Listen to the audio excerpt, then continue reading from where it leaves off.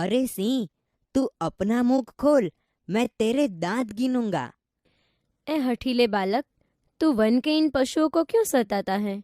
हम तो इन पशुओं को बाल बच्चों के समान रखती हैं। तेरा साहस बढ़ता ही जाता है। तेरा नाम ऋषियों ने सर्वदमन रखा है, सो ठीक ही है। आहा, क्या कारण है कि मेरा स्नेह इस बालक की ओर उमड़ा सा आता है? जो तू इस बच्चे को छोड़ न देगा तो सिंहनी तुझ पर दौड़ेगी।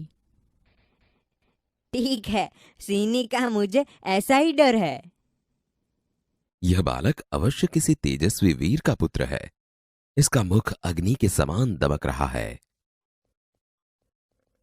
हे प्यारे बालक, सिंह के बच्चे को छोड़ दे, मैं तुझे खिलौना दूंगी। पहले खिलौना दे दो, लाओ, कहाँ है?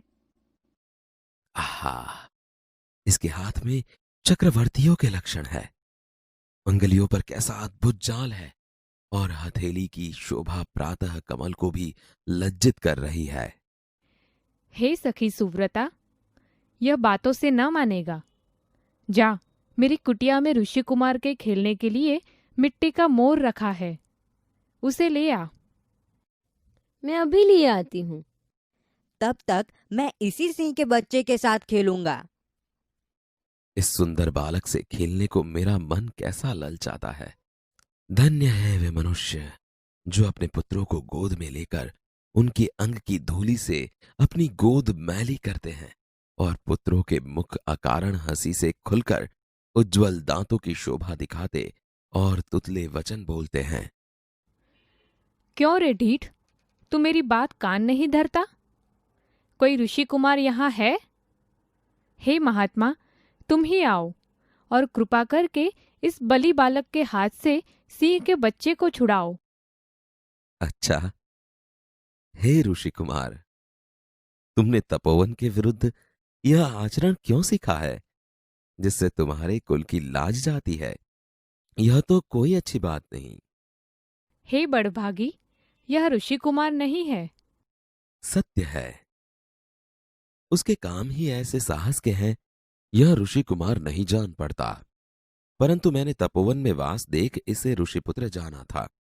आहा, जब इसका हाथ छूने से मुझे इतना सुख हुआ है तो जिस बड़भागी का यह बेटा है उसे कितना हर्ष होता होगा। बड़े अचंभे की बात है।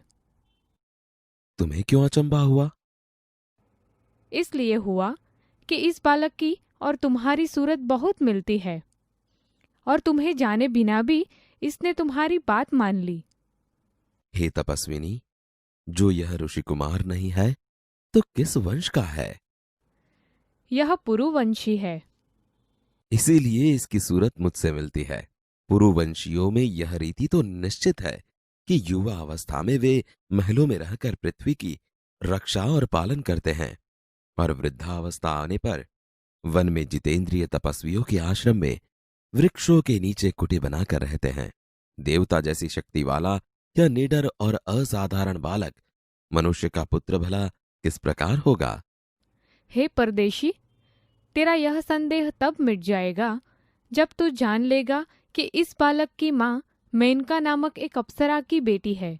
उसी के प्रताप से इसका जन्म देव पितर के इस तपोवन में हुआ। यह तो बड़े आनंद की बात सुनाई। इससे कुछ और आशा बढ़ी। इसकी माता किस राजर्षि की पत्नी है? जिस राजा ने अपनी विवाहिता स्त्री को बिना अपराध छोड़ दिया है, उसका नाम मैं ना लूंगी। यह कथा तो मुझ पर लगती है। भला अब इस बालक की मां का नाम पूछो। हे सर्वदमन, यह शकुंत लावण्य देख। कहाँ है शकुंतला, मेरी माता? यहाँ तेरी माता नहीं है। तुम इस नाम से धोखा खा गए सर्वदमन। मैंने तो कहा था मिट्टी के मोर को देख। इसकी मां मेरी ही प्यारी शकुंतला है या इस नाम की कोई दूसरी स्त्री है? यह वृतांत मुझे ऐसे व्याकुल करता है जैसे मृग तृष्णा प्यासे हिरन को व्याकुल करती है। मुझे यह मोर बहुत अच्छा लगता है। ओह, बालक की बांह से रक्षाबंधन कहाँ गया? घबराओ मत। जब यह नहर से खेल रहा था तब इसके हाथ से गिर गया था, सो वह पड़ा। मैं उठाकर तुम्हें दिए देता हूं। अरे अरे, मत उठाओ, इसे मत छूना। ओह, इसने तो उठा ही लिया। यह लो। परंतु यह कहो कि तुमने मुझे इसको उठाने से रोका क्यों था? इस रक्षाबंधन का नाम अपराजित है। जिस समय इस बालक का नामकरण हुआ था, तब महात्मा मरीचि के पुत्र कश्यप ने यह धागा दिया था। इसका गुण है कि कभी यह धरती पर गिर पड़े तो इस बालक के माता पिता को छोड़कर इसे कोई दूसरा ना उठा सके। और जो कोई उठा ले तो क्या हो? तो यह तुरंत सांप बनकर उसे डसता है। तुमने कभी ऐसा होते देखा है? अनेक बार। तो अब मेरा मनोरथ पूरा हुआ। मैं क्यों ना आनंद मनाऊं।